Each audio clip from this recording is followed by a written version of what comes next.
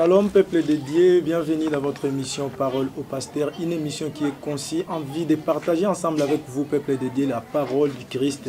Aujourd'hui sur ce plateau, j'ai avec moi des hommes dédiés connus de la République démocratique du Congo, bien sûr à la personne dont je dis le docteur Sugar qui est un pasteur de l'église Fait Ardent dédié et le bishop Logos toujours de l'église Fait Ardent dédié. Là on voit déjà le visionnaire qui est l'apôtre Serge Kipula que je salue en passant.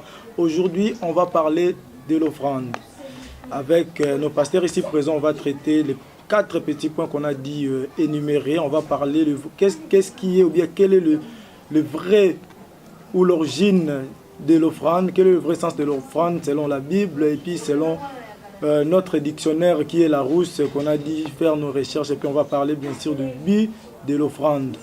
Toujours dans ce même cadre, on va parler aussi de qui peut offrir l'offrande et puis qui doit toujours ou bien recevoir l'offrande.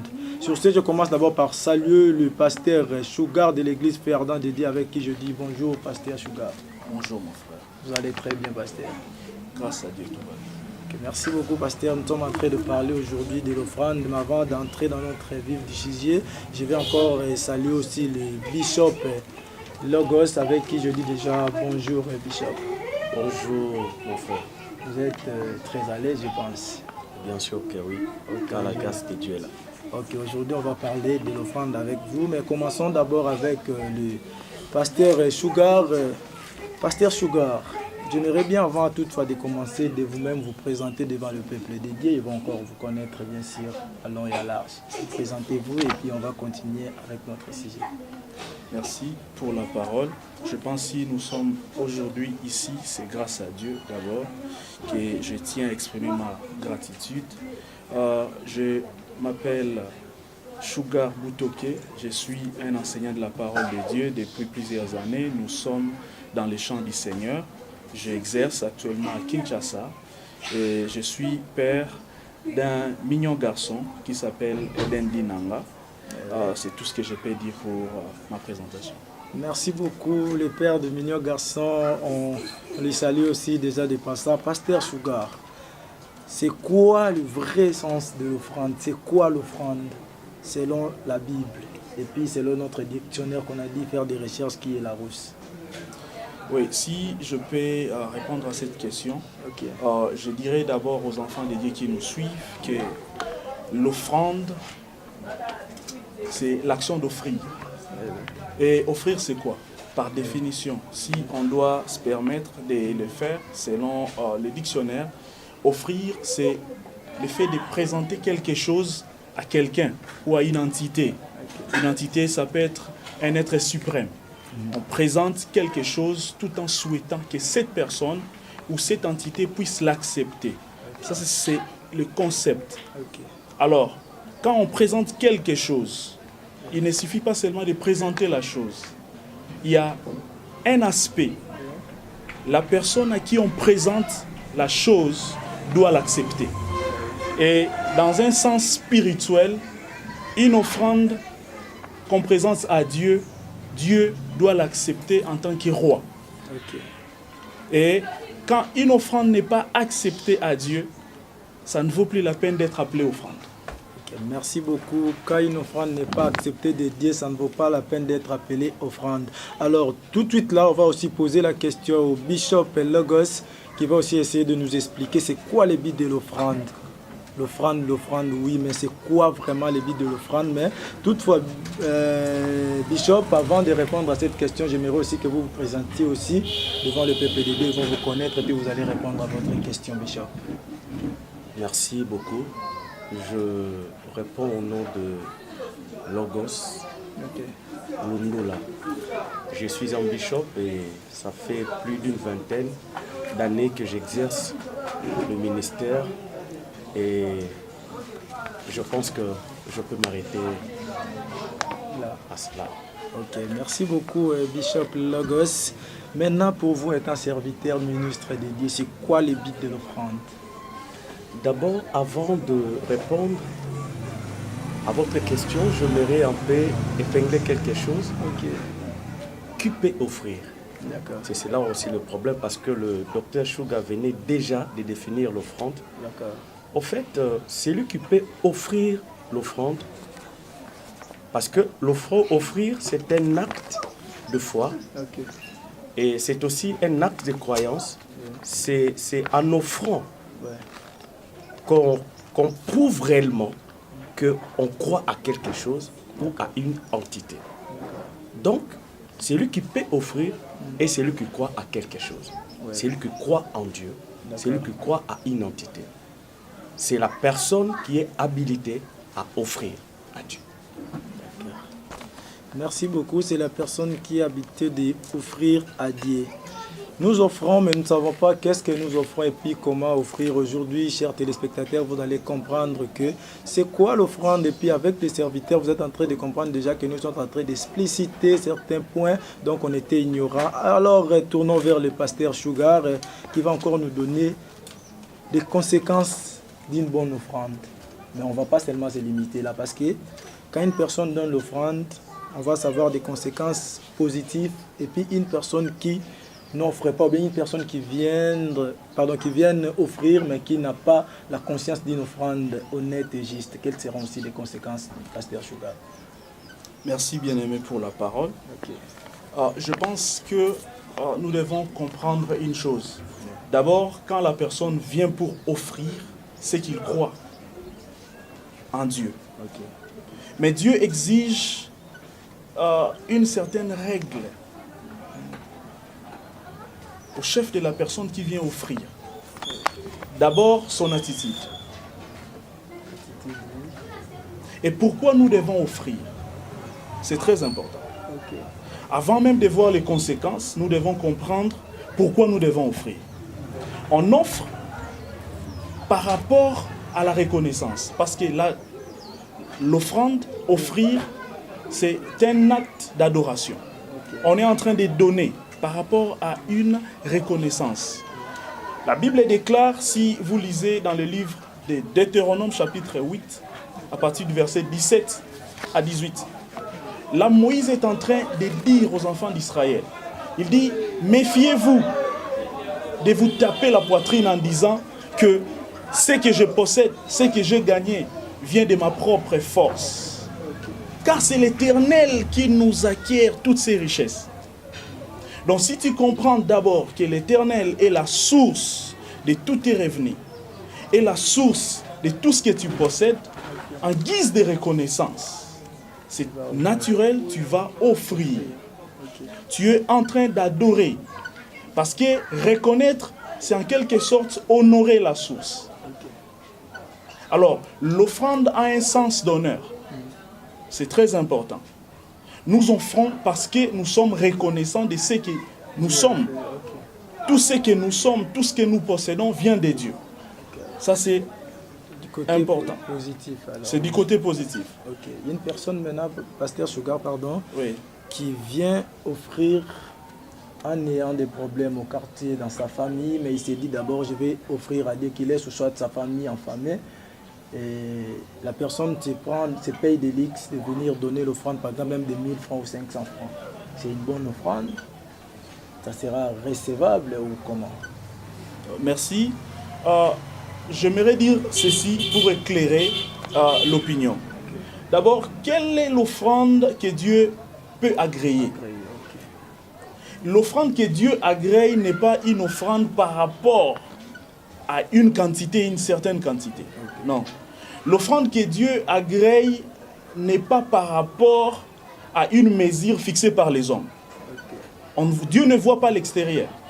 L'offrande que Dieu agrée est par rapport à ce qu'elle représente pour l'offrande, pour la personne qui offre. Alors Dieu regarde son attitude. Quelle attitude il vient avec? C'est comme ça dans la Bible. Un jour, Jésus était dans une synagogue avec ses disciples. Ils étaient en train de voir comment est-ce que les gens passaient devant l'autel et offrir à Dieu. Et il dira aux disciples que cette femme a donné plus que les autres. Parce qu'elle avait donné tout ce qu'elle possédait. Mais si on peut comparer ce qu'elle a donné par rapport à ce que les autres ont donné, on dirait peut-être qu'elle n'a pas donné assez aux yeux des hommes. Mais, hélas, Jésus a bien épinglé ces points-là en disant, elle a donné plus que les autres parce qu'elle avait donné tout ce qu'elle possédait. Donc moi j'estime que l'offrande par rapport à Dieu n'est pas une affaire de quantité, des mesures fixées ou déterminées par les hommes. L'offrande, c'est par rapport à l'attitude. Quelle que soit la quantité, Dieu regarde les cœurs, l'attitude auquel vous présentez devant l'offrande. Et j'aimerais encore épingler un autre point. Quand vous avez des problèmes, quand quelqu'un vient offrir, c'est comme quelqu'un qui a des problèmes, il vient voir le roi pour que le roi puisse résoudre ses problèmes. Alors on ne vient jamais, depuis la nuit du temps, depuis la traduction, on ne vient jamais voir un roi les mains vides. Même si le roi doit vous recevoir pour résoudre un grand problème qui vous accable, on amène toujours quelque chose, un présent. Alors c'est ça l'attitude, c'est ça la tradition. Alors c'est comme ça qu'il faut se présenter devant Dieu, comme Moïse l'a dit aux enfants d'Israël. On ne se présente pas devant Dieu les mains vides. Donc moi j'espère que même pour avoir la faveur de Dieu, pour que Dieu puisse résoudre ses problèmes, on fait aussi les actes d'offrande. Ok, merci beaucoup. On ne vient pas devant les rois sans offrande ou main vide, même si c'est là où vous trouverez vos solutions. Alors on va passer chez le Bishop Logos qui va nous donner aussi quelles sont les réserves que Dieu prévient ou bien quels sont les avantages que Dieu garde pour les hommes qui offrent avec tout cœur. Quels sont les avantages ou les bénédictions de Dieu devant des personnes pareilles, Logos? Ok, merci beaucoup. J'aimerais ajouter un point sur l'attitude, comme venait le dire le docteur Chouga. Ce n'est pas seulement l'action d'offrir qui intéresse Dieu, mais c'est aussi le cœur de celui qui offre qui intéresse Dieu.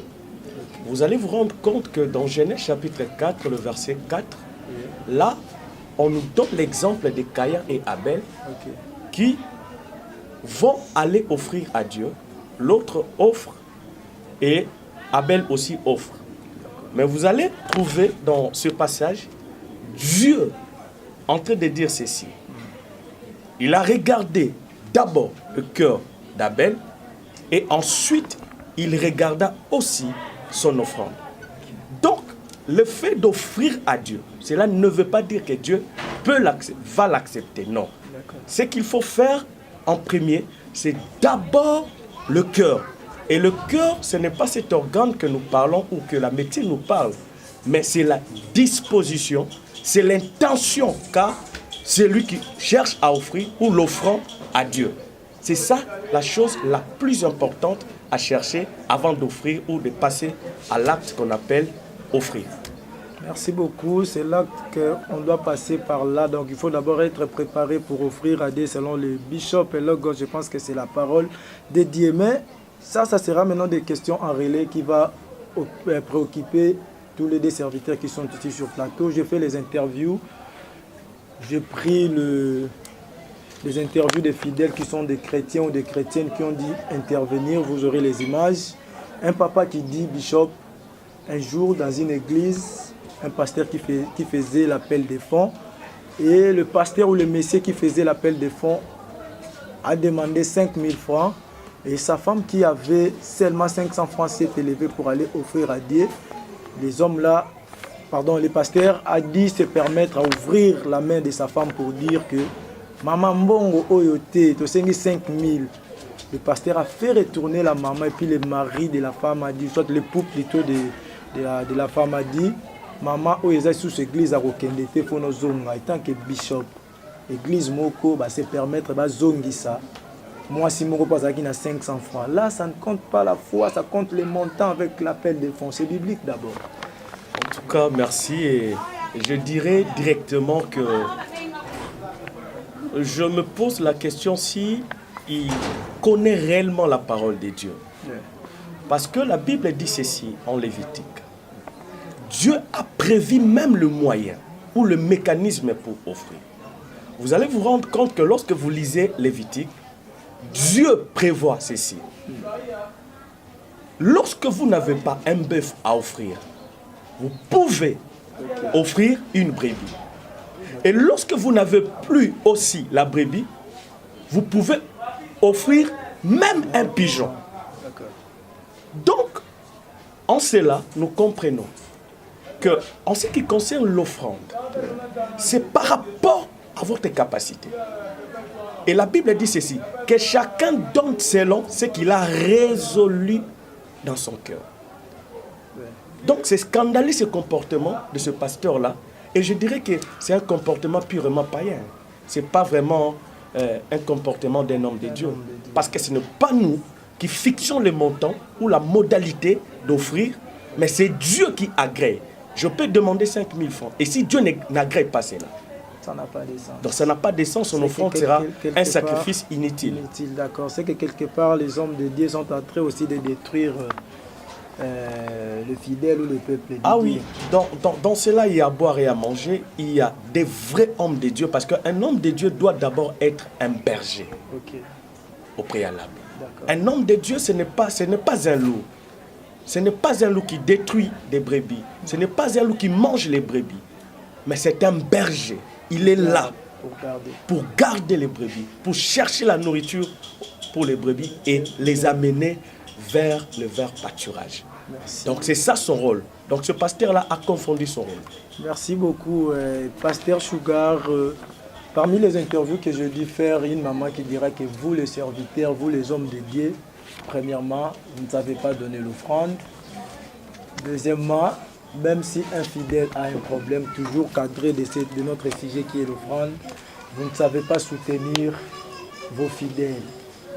Et je profiterai en même temps de vous dire que non, vous pouvez aussi nous expliciter un peu par rapport à qui doit recevoir l'offrande dans une église. Et quand on a l'offrande dans l'église, quels sont les rôles que l'offrande doit jouer au sein d'une église? Merci beaucoup. Ok, merci une fois de plus pour la parole. J'aimerais éclairer l'opinion en disant ceci. D'abord, c'est quoi les rôles ou l'importance de l'offrande à l'église? Alors, la Bible déclare dans le livre de Malachie chapitre 3, à partir du 8e verset jusqu'au 10e. Là, Dieu est en train de préciser le rôle ou l'importance de l'offrande. Il dit, amenez vos dîmes et vos offrandes à la maison du trésor, pour qu'il y ait de la nourriture. L'offrande a joue d'abord l'aspect social à l'église. D'abord, à l'église, il y a des ouvriers, il y a le pasteur, il y a les travailleurs, les collaborateurs du pasteur. Tous ces gens font ou constituent le collège pastoral. Alors, ces gens-là, c'est aussi des êtres humains à part entière. Ils ont besoin de manger, de se vêtir, de vivre. Ils ont des besoins. Donc, l'offrande couvre tous ces besoins-là, toutes les dépenses. L'Église en tant qu'organisation, il y a un bâtiment, ils ont besoin. L'évangélisation d'abord a besoin d'argent. Alors, l'offrande joue le rôle de financer l'œuvre de Dieu. Les gens, quand ils viennent assister à nos réunions de prière, ils doivent se mettre quelque part. On a besoin de la sonorisation, du transport, on a besoin de payer ceci et cela. Et s'il vous plaît, pasteur, vous allez compter, c'est là où vous vous accrochez plus pour dire que non, l'évangile est gratuit, mais l'évangélisation est payante. C'est toujours le mot-clé de tous les serviteurs de Dieu. C'est une réalité. On ne peut pas dire autre chose que ça. Mais j'aimerais dire que, à part cet aspect social de l'Église, l'offrande n'est pas seulement pour servir les hommes de Dieu. L'offrande est aussi utilisée pour le service, dans le bon fonctionnement de l'Église, y compris les fidèles.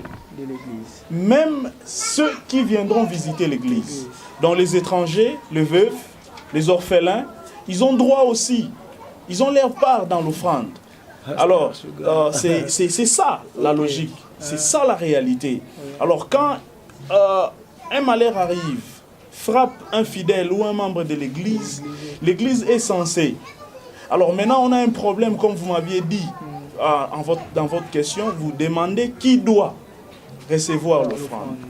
Et la gestion de l'offrande est soumise à un collège de diacres ou soit un collège pastoral, ça ne peut pas être un seul individu qui doit gérer l'offrande. Aujourd'hui, c'est vous les pasteurs qui gérez les tout. C'est par ignorance. Parce que ces gens-là qui font cela, ils n'ont pas la révélation de ce qu'ils font. Peut-être qu'ils le font parce qu'ils ont vu les autres le faire. Ils ont vu certains aînés le faire. Ils ont imité aveuglément. En fait, selon la parole de Dieu, on dit même, si vous lisez dans le livre des Actes chapitre 4, on dit même, l'église primitive, les gens vendaient leurs champs, leurs propriétés, ils amenaient l'argent aux pieds des apôtres.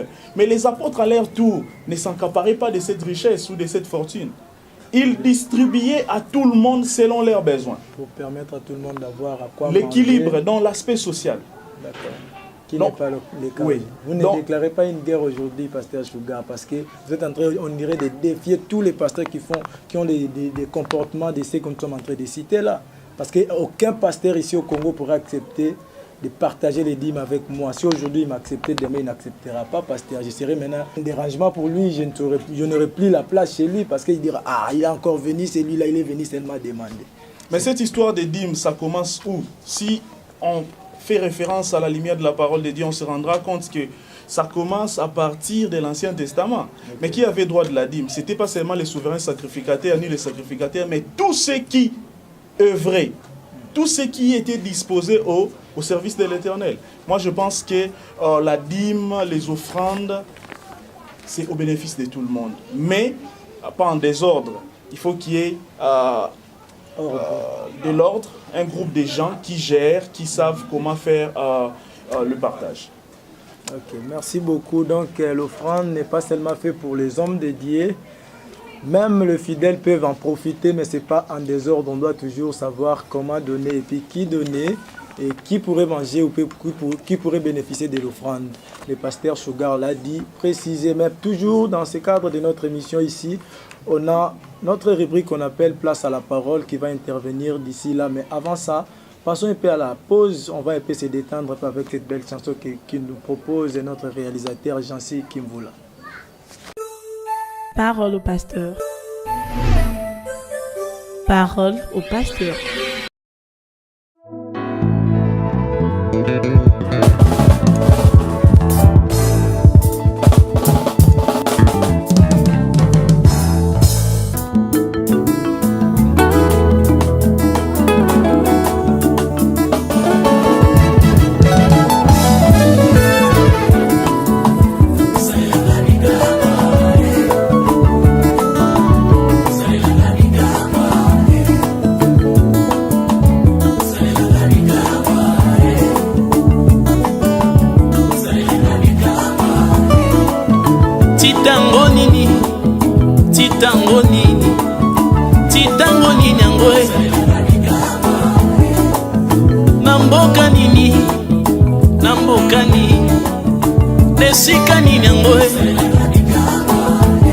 Nasenga epaya nani, naluka epaya nani, bisika nini ngoe, natango nini, neleko nini ngoe, bisika nini ngoe, olaka kinonga libala, nazomona yango te ayaye, titango nini, olaka kino ba voyage, na boina ngate pekasi titango nini yolakaki na yo mabota nazongi yango te yaya titango nini sala na yo Yesu ngana mona yo mosantu alobe motema ekomi na bitide ya bakatafaki po matanga ya vina ngai oyo ezosila kaka te o yo nde ativirisa bomoi na ngai tala singa fami na ngai oyo ezotika ngai te o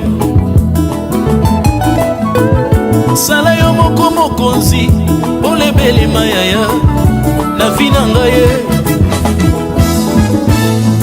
naluki mbisi butu mobimba nazwi eloko te o loba seli loba isebolo tie ye sakomba papa akongo mongali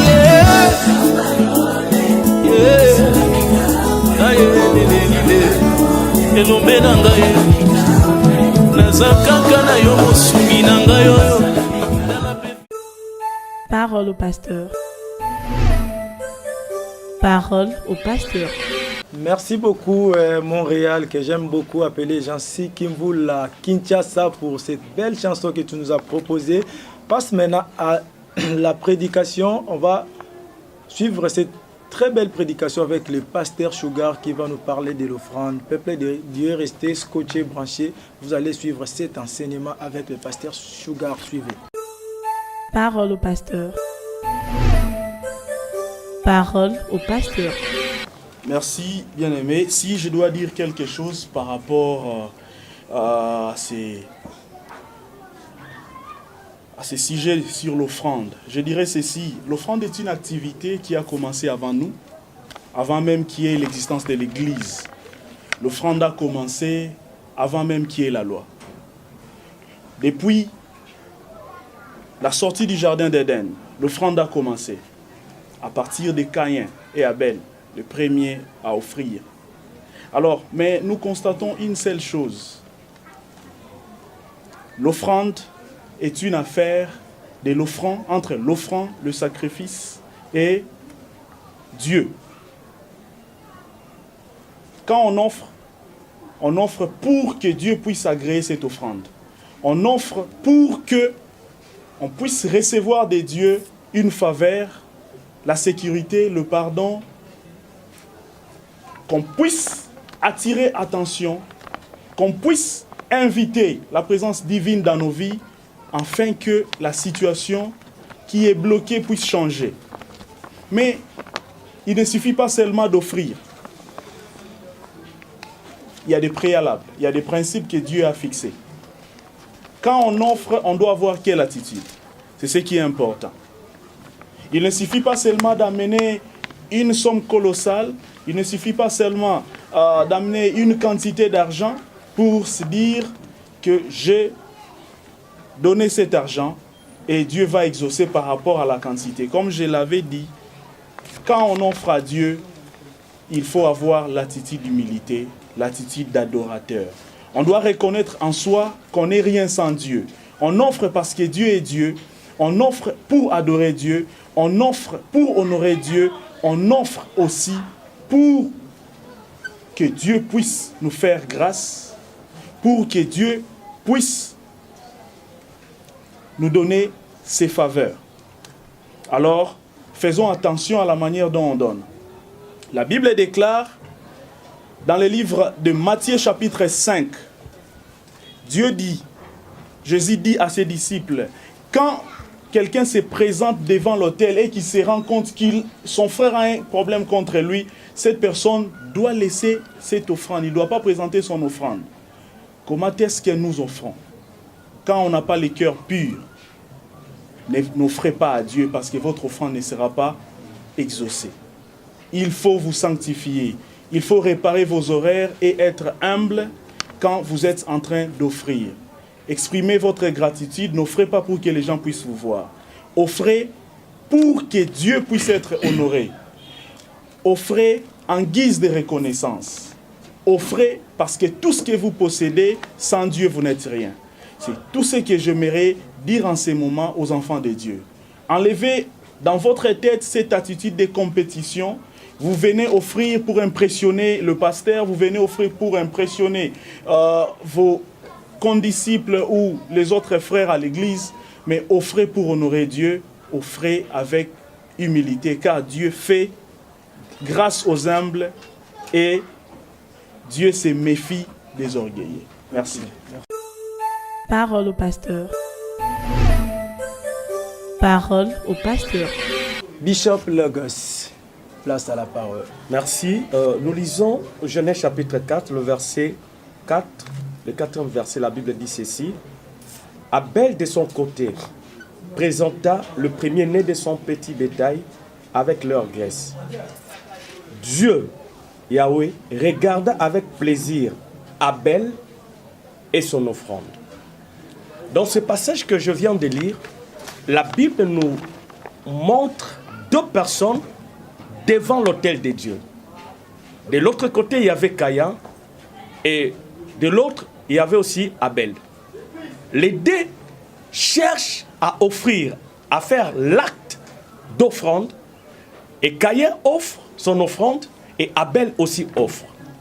Mais le plus grand problème, ce n'était pas la quantité, ni même la qualité qu'ils ont offert à Dieu, ou soit Caïn avait une mauvaise offrande, ou soit Abel avait la bonne offrande. Non. Mais le problème, c'est quoi? Vous allez vous rendre compte que, en lisant ce passage, Dieu regarda d'abord Abel. Dans d'autres versions, la Bible dit ceci: Dieu regarda d'abord le cœur d'Abel. Et le cœur veut dire la disposition, l'intention qui a poussé Abel à offrir. Et pour que Dieu ensuite puisse agréer son offrande. Donc, il ne suffit pas de passer à l'acte d'offrir, mais il faut au préalable chercher premièrement la disposition du cœur. C'est ça ce que Dieu cherche en nous. Tu peux offrir des millions à Dieu, tu peux offrir des voitures, des avions, des villas, mais si en le faisant, en posant cet acte, ton cœur n'est pas disposé et que tu avais posé cet acte avec une mauvaise intention, Dieu ne va pas agréer ton offrande. Donc la suite ou le résultat sera nul parce que tu attendras la bénédiction de Dieu, tu ne l'auras pas. Pourquoi? Parce que Dieu, avant d'agréer ton offrande, il agrée d'abord le cœur qui est disposé, il agrée d'abord l'intention qui t'a poussé à faire ou à offrir cette offrande. Donc j'aimerais dire aux téléspectateurs, aux frères et sœurs en Christ qui nous suivent, partout là où vous êtes, cherchez d'abord à disposer votre cœur tout en reconnaissant que tout ce que je peux avoir, tout ce que je peux posséder dans la vie, Dieu est la seule source et il est la source de tout. C'est ça ce qui va te pousser à faire cette reconnaissance, des actes ou des gestes en offrant à Dieu, à offrir à Dieu. Donc offrir à Dieu veut dire la reconnaissance de cœur. C'est la reconnaissance de cœur qui prouve que notre intention est que nous voulons t'adorer et dire que Dieu, tu es notre source. Tu es la source de tout. Voilà pourquoi nous te rendons ce que tu nous avais donné. Et je bénis celui qui nous a écoutés et celui qui a compris ce message. Merci. Parole au pasteur. Parole au pasteur. Merci Bishop Logos pour votre enseignement. Maintenant, on va prendre le pasteur Sugar pour nous donner les adresses parce que nous sommes arrivés à la fin de cette émission. Et puis comment le joindre pour avoir ces émissions, ces enseignements en long et à large. À vous la parole, pasteur Sugar. Merci bien-aimé Ricardo. J'aimerais dire à l'opinion que si vous voulez suivre ces enseignements, ça va se passer en série dans cette émission avec le bien-aimé Ricardo et en privé sur des réseaux sociaux. Si vous voulez mon WhatsApp, j'ai un numéro WhatsApp que vous pouvez aussi me contacter par ces numéros plus 243 81 22 444 83. Et sur Facebook, mon compte s'intitule Docteur, en toutes lettres, Docteur Sugar Visa. Vous pouvez aussi me suivre par ces liens-là de Facebook. Merci. Merci beaucoup, pasteur Sugar. Suivez-lui sur Facebook. Il a écrit bien sûr Docteur Sugar en toutes lettres, mais ça sera au moins séparé et vous aurez la même émission à l'ED Télévision, une chaîne de la diaspora. Si vous faites www.edtv.com, Parole au pasteur, vous aurez cette émission avec votre humble serviteur. Bien sûr que je suis Claude Ricardo Moubembi. Vous allez suivre cette émission. Alors, passons maintenant au Logos, Bishop Logos. Comment vous joindre pour suivre cet enseignement qui nous a tous épatés? On a été tellement enseignés. Comment vous joindre? Merci, notre bien-aimé Ricardo. Je suis sur Facebook. Donc, vous écrivez Bishop Logos Lundula. Vous allez me voir. Et mon numéro WhatsApp, c'est plus 243 89 45 860 74. Okay. Merci beaucoup, Logos. Donc, vous avez les adresses. C'est par ici qu'on va mettre un point final à notre émission d'aujourd'hui, mais on ne pourrait pas passer à la fin sans pour autant avoir dit merci à toute cette équipe technique qui m'accompagne de partout. Là, je vois la présence de Gauthier Kélé qui était là au four et au moulin. Pourquoi pas dire un grand merci à Manassé Balo, Maboko Yanzambe, à mon réalisateur Jean-Si, et puis à sa conjointe que je garde le nom parce que la télévision était un peu compliquée. Laissez-moi aussi dire un grand merci à mon pasteur qui est l'apôtre Serge Kipula de l'église Fait Ardent de Dieu depuis Lemba, à tous les fidèles de l'église Fait Ardent de Dieu. Un grand merci à vous, merci pour vos soutiens. Je ne passerai pas à la fin de cette émission-ci sans dire un merci à toute la famille Kololo qui est ma famille propre, à ma maman chérie Fidéline Capita, à ma collabo, celle que j'appelle ma collabo, Chancel Vikabwe. Depuis quelque part, je te dis merci beaucoup pour tes soutiens. Merci aussi à ton fils Winner qui est de quelque part, qui est en train de nous suivre. Merci beaucoup. Je dirais aussi merci à Maman Laure Lobota, la maman des mamans. Donc voilà, merci peuple de Dieu. Vous étiez nombreux en train de suivre cette émission. Je sais bien que vous allez les suivre de partout dans le monde si vous voulez suivre cette émission. Aujourd'hui, j'ai reçu pour vous les pasteurs Suga de l'église Fait Ardent de Dieu et le bishop Logos, toujours de l'église Fait Ardent de Dieu. Peuple de Dieu, écrivez-nous sur Facebook, vous allez trouver Claude Ricardo Moubembi pour vos questions, vos suggestions, vos remarques, tout ce que vous n'avez pas aimé, soit les sujets que vous avez à partager avec les serviteurs de Dieu, ils sont toujours là à votre disposition. Que mon Dieu vous bénisse. Ciao, lao.